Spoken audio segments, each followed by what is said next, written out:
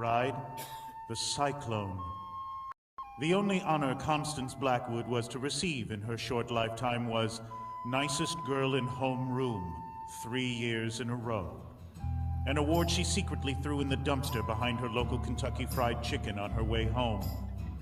When the children of St. Cassian signed Constance's yearbook, they wrote things like, "Wow, you seemed so nice." or, "I never really met you. You seemed friendly." those pages in Constance's yearbook were carefully removed with an X-Acto knife and burnt.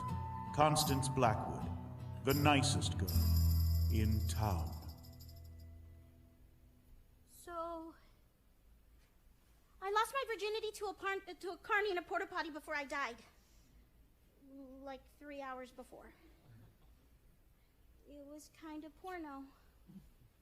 He was like ancient, like 32. And he had this tattoo on his forearm. It was of 2 skeletons having sex. And it said, "Born to bone" on the bottom of it. Isn't my tattoo the stupidest thing you've ever seen? I fake laughed when he said that because you should always laugh at guys' jokes or they'll think you're a cow.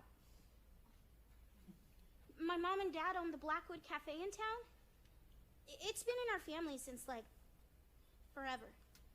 The Blackwoods have been feeding Uranium City since they opened the mines. My family had pride when it came to that. Till I went to high school. And having pride about our town was only like the lamest thing you could think to believe. After a while, I started feeling kind of crummy about stuff. Like ashamed.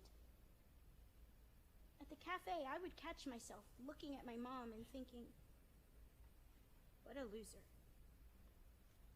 A stupid, dead-end loser in a stupid, dead-end town. My parents were good people. And all I could do was think horrible things about it. I really wish I'd never thought those things.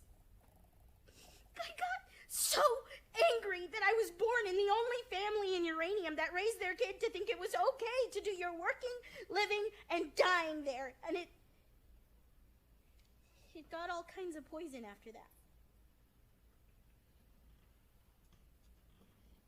Anyway, my virginity. I just wanted to get it out of the way. I just wanted to do it so I didn't have to think about doing it anymore.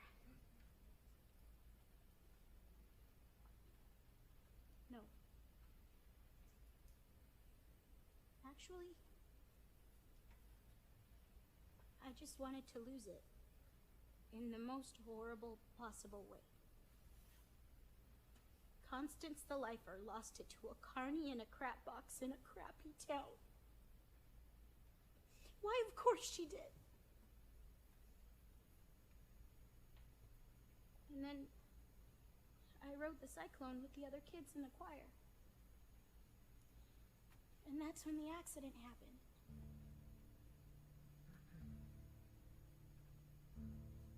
We were at the top of the loop when the roller coaster made this kind of screaming metal sound. Sparks were shooting all over the place, and then the screaming and the sparks just stopped. And there was like this weightlessness. My heart jumped a gazillion beats a second, but I didn't scream like the other kids, no. I was just soaking it all in.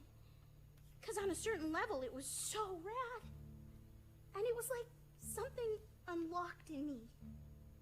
My heart welled up with all this love for everything. Images and all this feeling flooded into me, like climbing back into my bed in the morning and feeling the heat left over from my body. Hanging upside down from the monkey bars until my head starts to tingle. Smelling Jiffy markers. Putting glue on my fingers and chewing it off. Listening to music and dancing around my room before going out to a party and pretending I'm going to have the perfect time. Finishing an essay, undoing a knot, pizza night, Halloween, watching my baby brother dance naked to ABBA, being in the there at the height of the Hallelujah chorus and feeling all the voices rattle my bones. I started laughing like a crazy person, giddy with endorphins. All dancing leprechauns and rainbows and unicorns, streams of chocolates, whirling rides, flashing lights. There's no shame in loving my small town.